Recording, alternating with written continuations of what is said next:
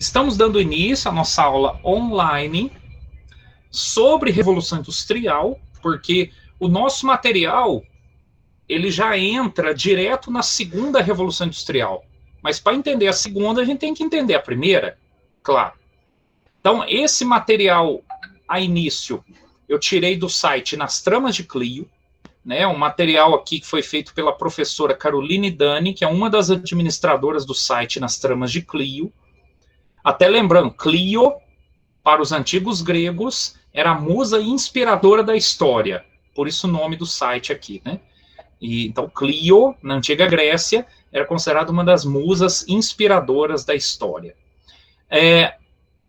O que acontece aí, né, na Revolução Industrial? Primeiro, entender a questão do trabalho, né? O ser humano sempre trabalhou. Então, o trabalho é toda atividade humana para satisfazer necessidades. E aqui dá alguns exemplos, né? O trabalho na pré-história, né? Agricultura, cerâmica, etc. O trabalho na antiguidade oriental, produção agrícola, civilização hidráulica, ou seja, perto dos rios, né? O trabalho na antiguidade clássica, então aqui temos gregos e romanos, né? O trabalho manual era desprezado, era considerado coisa de escravo. O trabalho na Idade Média, feudalismo, né, que é, o poder era baseado na posse da terra e os trabalhadores eram presos à terra, servindo aos donos de terra. Nisso, nós entramos aí em alguns tipos de trabalho. O trabalho artesanal, por exemplo, a técnica era manual, a matéria-prima tirada da natureza, produzindo objetos, um sistema doméstico. O trabalho podia ser individual ou familiar, né, ali... dentro da família, todos eram responsáveis por todo o processo, a produção era de acordo com o ritmo e a habilidade do artesão, né? O artesanato existe até hoje, na verdade, né? Assim, é um dos tipos de trabalho que existem até hoje. Já a manufatura, né? Você tinha as corporações de ofício, ou seja, grupos que reuniam profissionais ou trabalhadores da mesma profissão. Já no fim da Idade Média, né, você tinha as oficinas de artesãos, o mestre, né, que era o proprietário das ferramentas, havia já um certo padrão de qualidade, né, e a manufatura, você já tem um equilíbrio maior da máquina e o trabalho manual. Eu vou dando exemplos disso depois, tá? E a maquinofatura, que já é realizado nas fábricas com o uso de máquinas, aumenta a produtividade, há uma divisão do trabalho, o trabalhador ou operário é aquele que alimenta a máquina. Aqui eu preciso destacar de novo esses três tipos de trabalho. Por quê? Em geografia, vocês estudam sobre indústria. E vocês veem em geografia que existem três tipos de indústria, que são esses três tipos que eu acabei de falar: o artesanato, a manufatura e a maquinofatura. Qual a diferença entre os três? Vocês viram as características de cada um, mas se fôssemos resumir as características desses três tipos de indústria, poderíamos resumir da seguinte forma: as diferenças, né? O artesanato, até existe alguma máquina, algum aparelho, alguma coisa para fazer, mas o que domina? O trabalho manual. Por exemplo, você pode ter uma máquina de costura para fazer uma costurinha ali, que depois vai fazer uma boneca de pano. Ou você pode ter, por exemplo, uma máquina que vai girar ali para você fazer vaso de barro, mas o trabalho manual ainda domina no artesanato. Já a manufatura, você tem um equilíbrio maior entre máquina e mão. Então, por exemplo, a fabricação de tecidos, né? Você tem o tear ali, você vai colocar o algodão, então as linhas, com o pé você vai fazer o tear funcionar, isso quando não tinha tear com motor, né? Então, antigamente o tear, você tinha que pôr o pé ali para fazer funcionar. E as mãos controlando as linhas ou controlando o algodão para fazer o tecido. Então, você tem um equilíbrio maior entre a máquina e o trabalho manual. Já na maquinofatura, o que é que domina a máquina? Precisa do ser humano ainda, mas quem é que domina? A máquina. Né? Tem, lógico, vai ter o trabalhador ali para ligar a máquina, para desligar, para consertar a máquina se ela der problema, ou então para alimentar a máquina, às vezes ela precisa de um combustível e tal, mas a máquina faz a maior parte do trabalho. Então, essas são as diferenças entre artesanato, manufatura e maquinofatura. Quando falamos de revolução industrial, estamos falando de uma revolução na maquinofatura. Porque o artesanato já é o artesanato é a forma de trabalho mais antiga do mundo. Manufatura também é antiquíssima. A maquinofatura, aí você já tem uma história mais recente, ali do século XVIII para cá. Aí é o que eu estou dizendo aqui, lá. Você sabia que hoje usamos a palavra manufatura também para nos referirmos às indústrias? É um dos tipos de indústria, né? Aqui tem uma charge para já fazer pensar essa relação entre o homem e a máquina. Porque qual a crítica que foi feita, começou a ser feita a partir da Revolução Industrial? Em vez da máquina ser dependente do homem, ser como se fosse entre aspas, um empregado do homem, na verdade, com a Revolução Industrial, você tem o homem, o ser humano, sendo servo da máquina. Ou seja, a máquina vai colocar o ritmo do trabalho do ser humano. Você pode ver, por exemplo, em fábricas aí, onde se coloca uma meta, né? Por exemplo, fábrica de calçado, aí coloca uma meta lá. Você vai ter que produzir 1000 pares de calçado por dia. Ou então fábrica de roupa, né? Você vai ter que costurar ali para fazer, por exemplo, sua meta vai ser 200 calças no dia. Então já não é mais o ritmo do trabalhador que domina sobre a máquina. Agora é o contrário, o ritmo da máquina dominando o trabalhador. E muitas vezes antigamente, né, era muito comum isso, depois da Revolução Industrial, no século XVIII, o trabalhador saber fazer só uma parte da produção. Então, por exemplo, se fosse numa indústria de carro, por exemplo, a produção de carros passa a ser tão complexa e a ter tantas partes que o trabalhador ele já não sabe mais produzir o carro do começo ao fim, ele sabe uma parte só.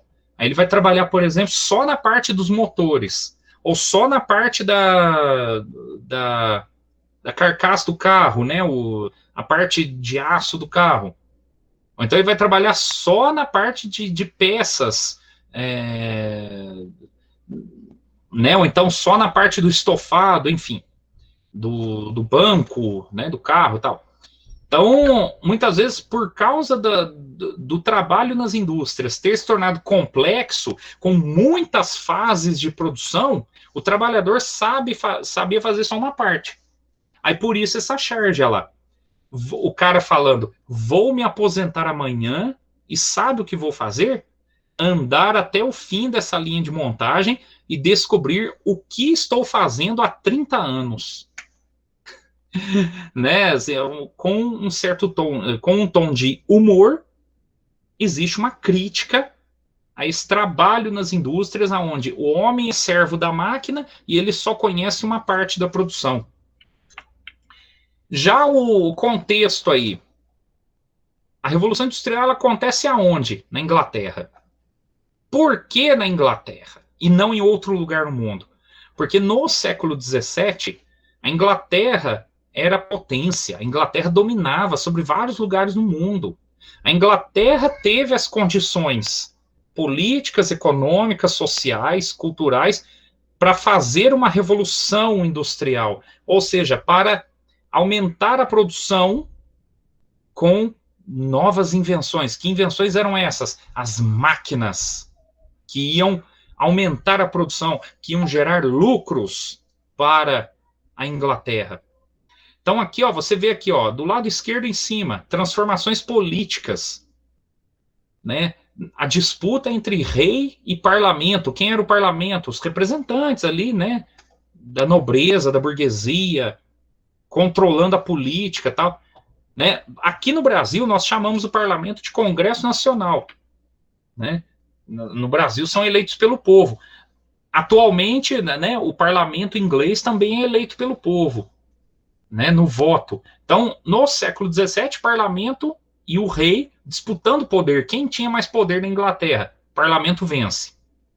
Mas a Inglaterra não tem rei, rainha até hoje? Tem. Mas quem manda é o parlamento. Manda mais que, no caso hoje é rainha, né? O parlamento manda mais que a rainha.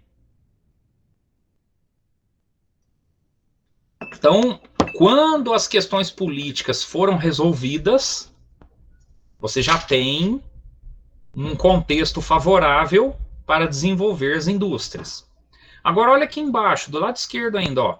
Processo de expansão da economia, riquezas do país, reservas de carvão mineral, minério de ferro, combustível e matéria-prima, máquinas a vapor. Então, para desenvolver as indústrias e aumentar a produção nas indústrias da Inglaterra, precisava de matérias-primas. E a Inglaterra tinha isso de sobra. Né? Precisava inventar. Olha só para você ver, se você pesquisar qualquer época da história, qualquer lugar, você vai ver a seguinte realidade. Toda invenção, ela é fruto de uma necessidade. Ou seja, houve uma necessidade. Então, vamos inventar alguma coisa para atender essa necessidade. No caso, qual era a necessidade da Inglaterra? Aumentar a produção, gerar mais lucros, melhorar o comércio. Ótimo. Em cima dessa necessidade, o que vamos inventar? Está aqui do lado direito em cima. Novas tecnologias. Invenção de máquinas. Máquina a vapor, por exemplo. Máquinas que poderiam produzir tecidos com mais rapidez e melhor qualidade do que várias pessoas trabalhando juntas. Então, a máquina fazendo o trabalho de muitas pessoas. E produzindo mais rápido e com melhor qualidade. Havia nisso a questão do iluminismo. Professor, o que foi o iluminismo? Um conjunto de ideias, no século XVIII e XVII também, né? Que defendia liberdade política, liberdade econômica, o fim das colônias, né? Divisão do poder. A burguesia apoia o iluminismo, claro. Quem era a burguesia? Empresários, comerciantes, né, ricos que tinham poder econômico e queriam cada vez mais poder político também. E no caso aqui, a Inglaterra tinha algo que foi muito importante para a Revolução Industrial: mercado consumidor. Porque adianta alguma coisa a fábrica produzir um monte de produto e não ter para quem vender? Não adianta. Mas a Inglaterra tinha muito mercado consumidor. Tanto nas suas colônias, onde moravam milhões de pessoas, como também os países que tinham relações comerciais com a Inglaterra. Então, a Inglaterra tinha muita gente no mundo todo que poderia consumir seus produtos. Né? Deixa eu autorizar aqui Aí, autorizei o Carlos a entrar. Bem-vindo, Carlos. Bom, continuando aqui. Olha a burguesia aí, ó. Apoiou a Revolução Industrial, é claro. Quem era a burguesia? Classe social surgida na Europa. Que olhava o enriquecimento como liberdade e poder. Liberdade política, liberdade econômica, poder político, poder econômico. A burguesia apoia a Revolução Industrial, porque ela ia ter lucro nisso. A mão de obra era barata. Quem era a mão de obra? Gente do povo. Né? Era gente do povo.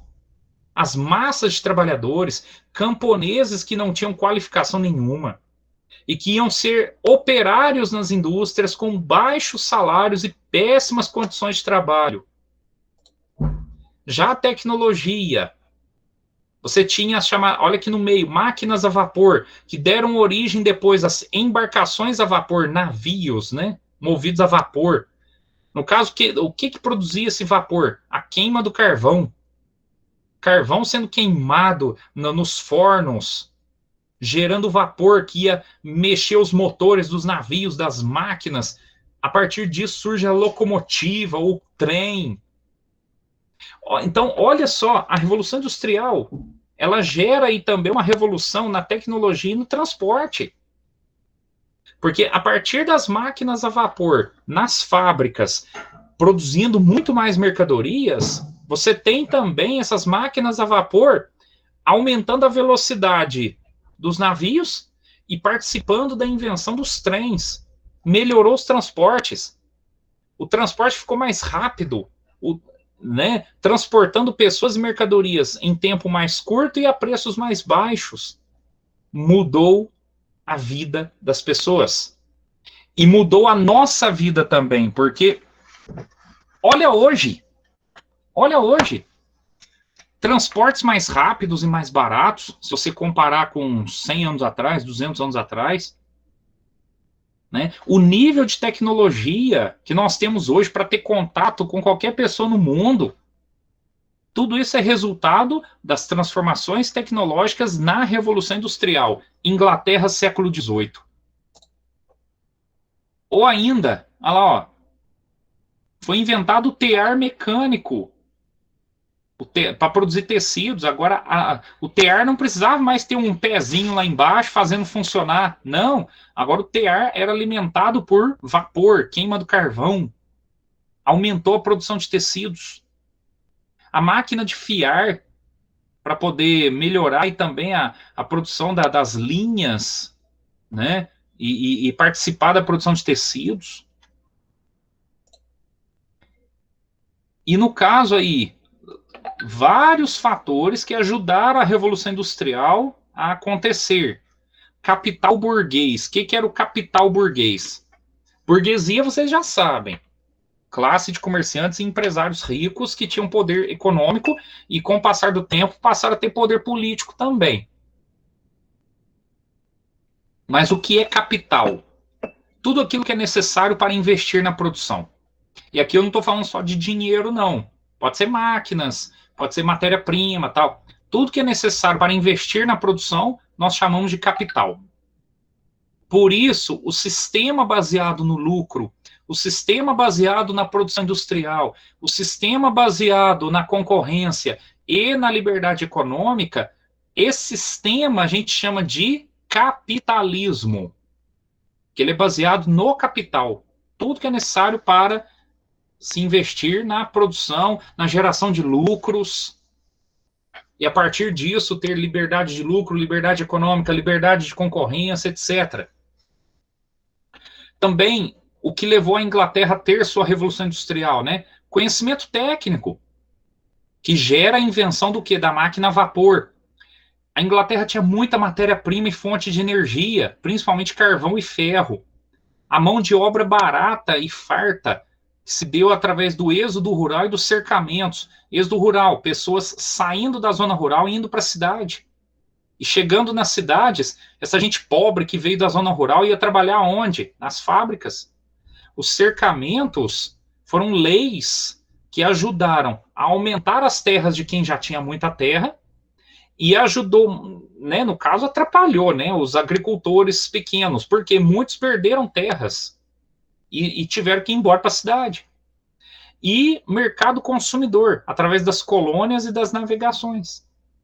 Isso tudo ajudou a Inglaterra a ser pioneira, ou seja, a ser a primeira a ter sua revolução industrial. Aí aqui você tem as etapas, né? Estamos falando da primeira, então calma. Calma. Nós vamos ainda ver a segunda e a terceira em outros momentos, tá? O impacto disso nas cidades.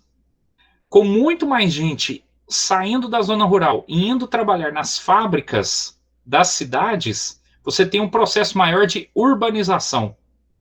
Aumenta a população nas cidades, só que também traz problemas. Que problemas eram esses? Aqui vocês vão vendo, leiam aí, né, as palavras que estão destacadas aqui, né, lá, transformação do rural para o urbano, mecanização do campo, ou seja, as máquinas tomam o lugar das pessoas no trabalho rural. Então muita gente vem para as cidades. A industrialização das cidades, precisando de pessoas para trabalhar nas fábricas. Aglomeração em bairros e centros industriais. Pega a cidade de vocês. A cidade de vocês, inclusive, tem um centro industrial, né? Tem várias fábricas, muitos bairros, né, sendo formados aí com o passar do tempo. Só que trouxe problemas, porque muita gente pobre chegou às cidades, tendo salários baixíssimos nas fábricas. Essas pessoas teriam alguma dignidade de vida? Não. Havia incentivo para a construção de escolas e usar a educação para melhorar a vida dessas pessoas? Não. Então, essas pessoas iam morar onde? Moradias precárias. Tá aí o crescimento dos cortiços. Ou, no caso, aqui no Brasil, você tem o fenômeno das favelas, né?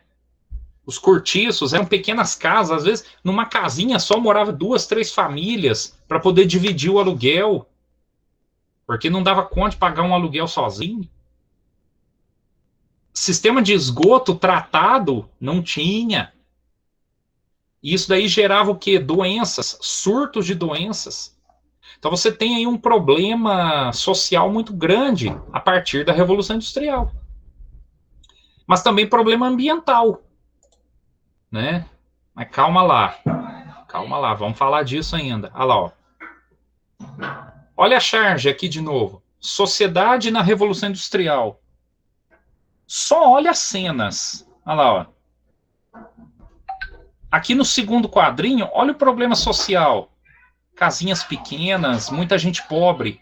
Agora, olha no terceiro quadrinho, o problema ambiental. Olha o tanto de fumaça saindo das chaminés das fábricas. Londres, capital da Inglaterra, no século XVIII, por causa das indústrias, Londres se torna já uma das cidades mais poluídas do mundo. E esse problema ambiental, ele se arrasta até hoje. É lógico, hoje em dia tem toda uma campanha no mundo todo para melhorar as fábricas, no sentido de não jogar gás carbônico na atmosfera, não poluir os rios, tal. Existem campanhas, mais campanhas para melhorar a questão ambiental no mundo todo. Mas ainda há também um longo caminho a percorrer. E isso é consequência do quê? Revolução Industrial. Melhorou a tecnologia? Sim. Foi melhorando a vida das pessoas com o passar do tempo através do crescimento da tecnologia? Sim. Facilitou os transportes? Sim. Melhorou a comunicação entre várias regiões do mundo? Sim. Mas, por outro lado, piorou os problemas sociais? Sim. Piorou problemas ambientais? Sim. Aumentou a desigualdade social? Sim. Então, são vários lados que a gente tem que analisar quando se estuda a Revolução Industrial. O ambiente das fábricas. No caso você, eu sei que tem alunos aqui que trabalham. Tem alunos que já trabalham. Pensa nas condições, se você é um aluno que trabalha, pensa nas condições do seu trabalho. Agora pensa que hoje existem direitos trabalhistas, existe a ideia de segurança do trabalho, para que você possa trabalhar de forma segura, sem sofrer acidentes, né? Os direitos trabalhistas hoje incluem férias remuneradas, salário mínimo, então não se recebe abaixo daquilo, dependendo das horas que você trabalha. Se você trabalha a mais, você recebe pela hora extra. Você tem um descanso garantido toda semana, ou no sábado, ou no domingo, às vezes até nos 2 dias. Né? Seguro-desemprego. Você contribui para a Previdência. a fim de que daqui a alguns anos você possa se aposentar. Então, hoje tem todo um conjunto de direitos trabalhistas, mas pensando nas indústrias do século XVIII na Inglaterra, indústrias mal iluminadas, poucas janelas, insalubre, ou seja, né, um ar poluído, condições terríveis de trabalho, locais muito quentes. Não havia segurança do trabalho, não havia direitos trabalhistas. Trabalhador sofreu acidente, era demitido. A mulher trabalhava, ficava grávida, não podia trabalhar, era demitida. Salários baixíssimos. As fábricas eram superlotadas. Muitos trabalhadores. Dividindo espaço com máquinas. Crianças trabalhando para ajudar na renda em casa. Então, eram condições terríveis. Né? Jornadas de trabalho que iam de 12 a 18 horas por dia. Regras rígidas nas fábricas. Tinha que seguir o ritmo das máquinas. Meia hora para o almoço. Não era permitido sentar. Era controladas as idas ao banheiro. Quando tinha banheiro. Detalhe. Isso tudo levava lesões por esforço repetitivo, intensas dores nas articulações, grande número de acidentes e mortes no trabalho, doenças respiratórias pela fumaça das máquinas, fraqueza, falta de sono, pouca alimentação, tudo isso consequência das condições de trabalho. E aí ia ter consequência nas condições de vida. Né? A família condenada à miséria praticamente. Grande número de órfãos pelos pais de família mortos em condições de trabalho terríveis, morrendo mais cedo. Salário 20 a 40% menores que o necessário. Mulher recebia salário menor que o homem e fazendo a mesma coisa que o homem. Criança recebia um salário menor que os das mulheres, fazendo a mesma coisa que as mulheres nas fábricas. E a família toda tinha que trabalhar. Por quê? Moradia superlotada. Várias famílias pagando aluguel a preços altos. Então, olha só, a questão social envolvida nisso. As mulheres recebendo menos que os homens. Jornada dupla. Trabalho nas fábricas, mais os afazeres domésticos, cuidar dos filhos. É uma realidade de muitas mulheres até hoje. Trabalha fora e ainda tem que cuidar dos filhos da casa. Aqui uma curiosidade, né? Havia o despertador humano, ou seja, pessoas que eram contratadas para trabalhar acordando as pessoas nas casas, porque não existia despertador, né, para apitar e tal. Então, havia pessoas que ganhavam um dinheirinho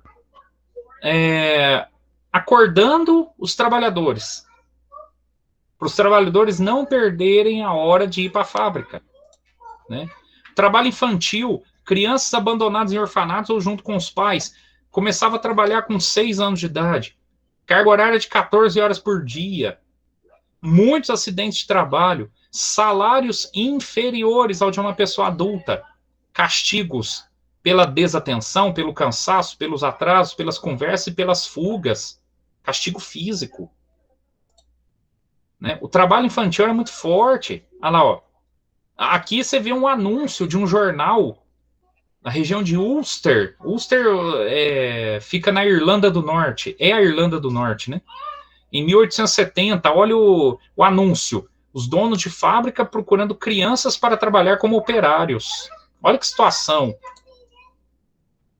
Aí, mais uma charge para nós, né? Lá. Olha o ambiente de trabalho. Aí você vê aqui no meio uma forca, né? Ou seja, a charge ela quer mostrar que o ambiente de trabalho era um ambiente que gerava morte, muitas vezes. Um ambiente de morte, praticamente. Né?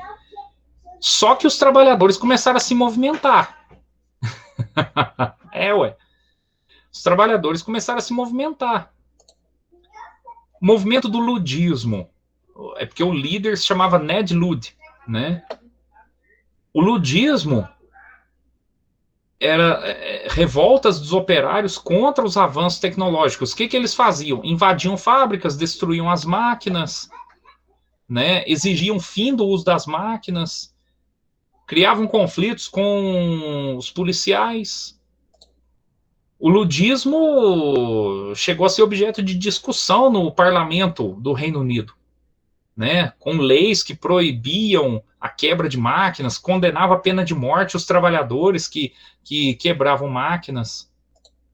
O cartismo, né, foi outro movimento já no século XIX, exigindo direitos políticos, o direito de voto, que seria o sufrágio universal, né, o direito de voto, o voto secreto, melhoria das condições e da jornada de trabalho.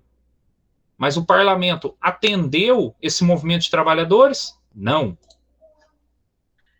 O cartismo ele foi importante porque ele lançou a base para os chamados direitos ou leis trabalhistas. Né? Aquilo que o cartismo lutou no século XIX deu origem às leis trabalhistas que começaram a surgir no final do século XIX e início do século XX. Então, hoje, se você aí trabalha e tem aí seu salário, seu descanso, suas férias, carteira assinada, vai ter seguro-desemprego, contribui para a Previdência a fim de ter aposentadoria daqui a muitos anos, na verdade, não agradeça tanto a governos que criaram isso. Porque governo não é bonzinho. Né? Eu vou criar leis trabalhistas porque eu penso nos trabalhadores. Não, não, não.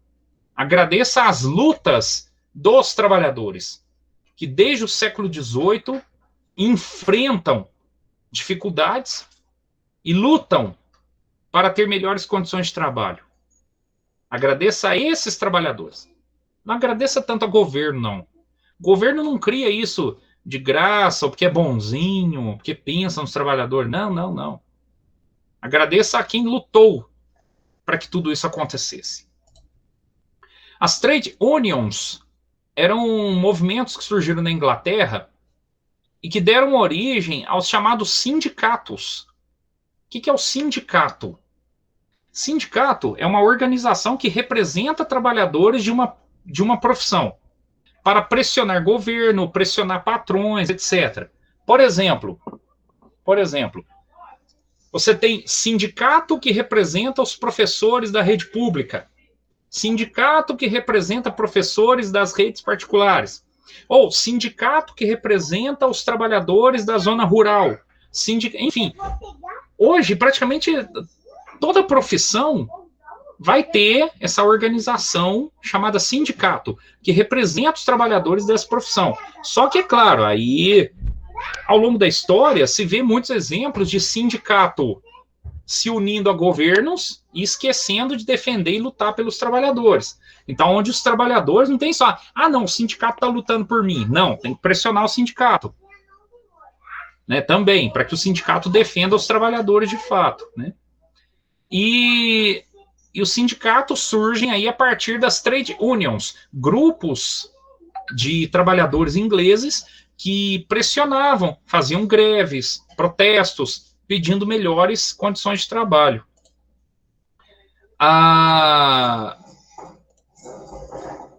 Né, e aqui nós terminamos essa parte da primeira Revolução Industrial. Eu vou deixar a segunda Revolução Industrial para a próxima aula. Eu precisava, né, que vocês entendessem a primeira, para depois a gente entrar com a segunda Revolução Industrial.